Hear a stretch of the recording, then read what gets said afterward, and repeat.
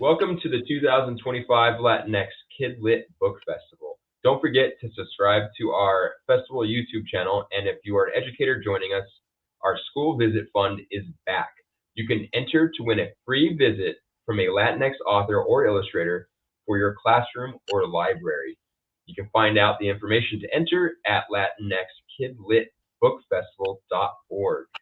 I am Edward Dennis, and this is... I'm Raúl Colón. And we want to thank everyone for joining the Draw With Us Journeys That Join Us. We're going to share our stories and illustrations with you today, starting with my book, The Boy from Mexico Becomes a U.S. Citizen.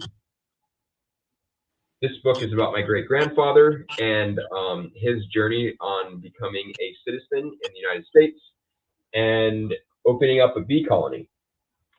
And this is the third book in a series of him traveling from Mexico to the United States, being a farm worker, and now becoming a citizen. And I'm going to draw my main character right now. So I do digital work right now. I'm working on Adobe Fresco. And the first thing I start with, and Raul's going to follow along with us. That's right. I'm drawing also. Yes, the first thing I like to start with is like a bean, I guess you can call it. So this is my character's face. If you look at people's faces, they usually don't look like a bean, but since this is like a cartoon, we're going with that. And I'm going to use for my symmetry lines. You see here, I draw a line straight down the middle. If you draw a line straight down your face, you kind of have the same on the left as the right. That's what we're trying to do here. Not everyone's like that because no one's perfect. My eyebrows are very different. One's going swooping up, one's straight. So this, for example, is another line of symmetry. And on these lines, I'm going to go on a different layer. I'm going to draw the nose and the eyes and the mouth. So here's my nose right there. I'm going to draw a little nostril. I situated it, if you notice, right, and I'm going to use red for this, right here in the middle. That's, again, that line of symmetry, and we're starting from that area. So the next thing I do is, and pay close attention, kids, because this is where it gets really important. We're drawing little dotted lines, and these little dotted lines are going to stop at that line. And if you notice these lines here, these dotted lines, they're actually the same curve as this line. See that? Okay, so the next thing I'm going to do is the eyes. That line right there, those dotted lines, they start the eye. So that's how I start my eye. Now, I know this face isn't a straight shot. This is a turned face. So it looks like the eye is kind of disappearing, but it's not. And in my mind, I was kind of drawing those dotted lines again, because if the nostril is starting, it's probably like right in this area. Let me make that a little bigger. This is behind the nose now. I like to draw a little C for the mouth, like a half C. It's like a crescent right there. My character has a mustache, so we're going to draw his mustache. Color it in real quick. Another guideline right here, I'm going to go back to blue, is I'm going to draw these lines again on the same curve, and they're going to go straight up to our symmetry line. And I'm going to draw that one in red again. That right there tells me that's where the pupil goes. And the same thing with over here. We go back to blue, going straight up, right there. We are drawing another pupil. Now, the next line of symmetry is already drawn for us. It's this blue line right here. And on that blue line, if you get your pinky and you touch your eye and you bring your pinky back, you're going to hit the top of your ear. So that's where our character's ear is going to start. And the next part is, since I'm drawing digitally, I'm going to lighten that layer right there. I'm going to finish his face. His face would go like this. just like that. He's got a little facial hair right here. Maybe your Theo has some facial hair, or your Papi. Mine has a beard right here. Eyebrows. He's got big, bushy eyebrows. If you can see my eyebrows, they're huge. There we go.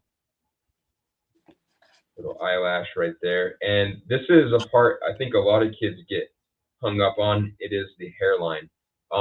My great grandfather, my character, has a hairline like me, where I have a widow's peak. It's where my hairline goes down. So this is how I always draw him. Draw some other little simple lines like that. And then I'm going to do his hair. His hair is puffy. Let me redo that part. Right there like that. Draw a little bit of his neck. So I'm going to go in and actually, I made some mistakes. Making mistakes is perfectly okay. I'm going to come in and fix that. You notice some of these layers down here, I can just, since I'm drawing digitally, I can just take them off. The blue ones, those are fine. I can go in and erase them if I want. I recommend, if you're drawing on a piece of paper, you draw those guidelines real lightly so you can erase them. And then I'm going to color him real quick. You don't have to color yours, but I switch brushes. Oop, that's orange. I don't know I drew orange, but here we go. Brown, that's a little dark for my great-grandfather's skin color, so we're going to make it a little lighter. There we go. His hair is like a dark brown. Just going to do that on another layer. Yeah, a little bigger. And then I'm going to make his eyes is a little too thick. Make them a little thicker right here. My characters, I usually draw them with like darker noses. I don't know why. It's just a style I have. So I'm going to go in and make his nose a little darker, just like that. If you want to get crazy with it, we can do a little bit of a shadow. So we can do a little shadowing under his neck, under his nose, under his hair, and that's it. So what was the favorite part of your story, doing these visuals for the story? Yes, thank you, Raul. My favorite part of the story was coming to these documents of my great grandfather. So my favorite part was getting documents, finding out when he became a citizen. I like to find those documents and then kind of lay them out and say, like, oh, he became a farm worker here. He got his citizenship here. He opened his business this day. Like, put that in the book and make it into something really cool for the kids, where they can follow along of his journey. And it's just very special because I was always told this story, and I wanted to make a book that related to a lot of kids. I'm third generation Mexican American.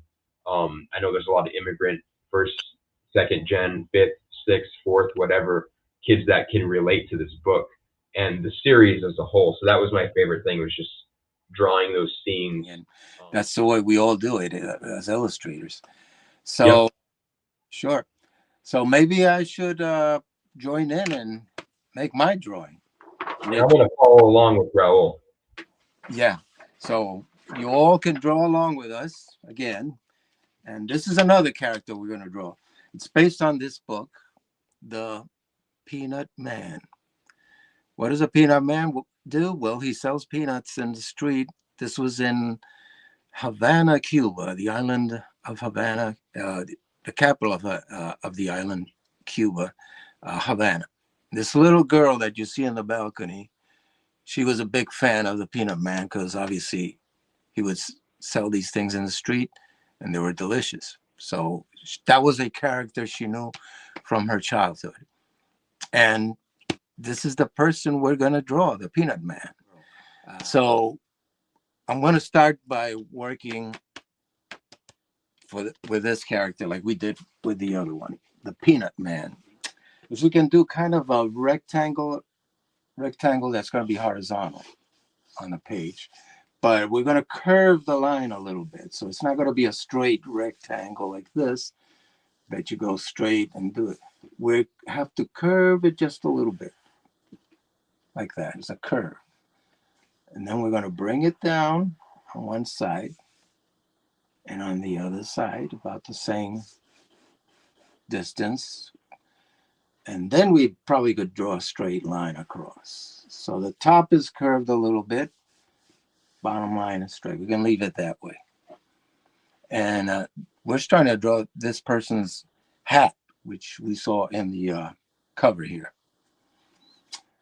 So what do we do with the rest of the hat here? Well, there's like a beak sticking out, like a duck's beak coming out here in the hat. So we should draw this little nice inverted C coming out and stretching it out this way, right? Making it a little larger than it should be, but we're going to go by. And then we curve it again on the opposite side, see?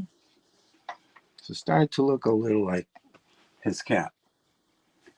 He has a band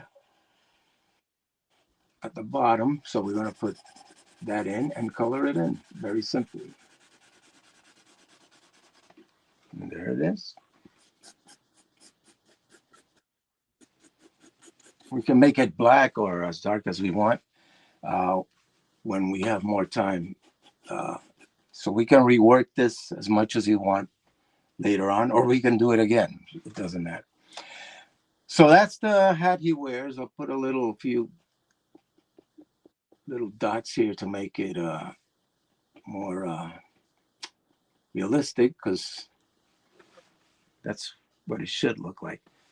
And now we're going to go and work on his face then, because that's the top part we're working on. Then at the bottom, and I'll make a light drawing here that you can do too, and it's a good thing to work that way if you can. So the man has a very prominent nose, but I'm going to cover it a little bit with the beak of his head. So it's going to start right here like this little, almost a triangle here, right there, turning. Kind of that look. Maybe it's an inverted 7, right? That's what it looks like. You can see there. I'll put a little nostril also. Here we go for the man.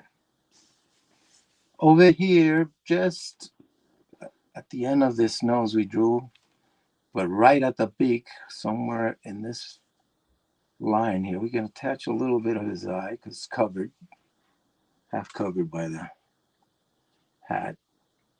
We can do a little pupil here and maybe add a little line there for the eye. All right.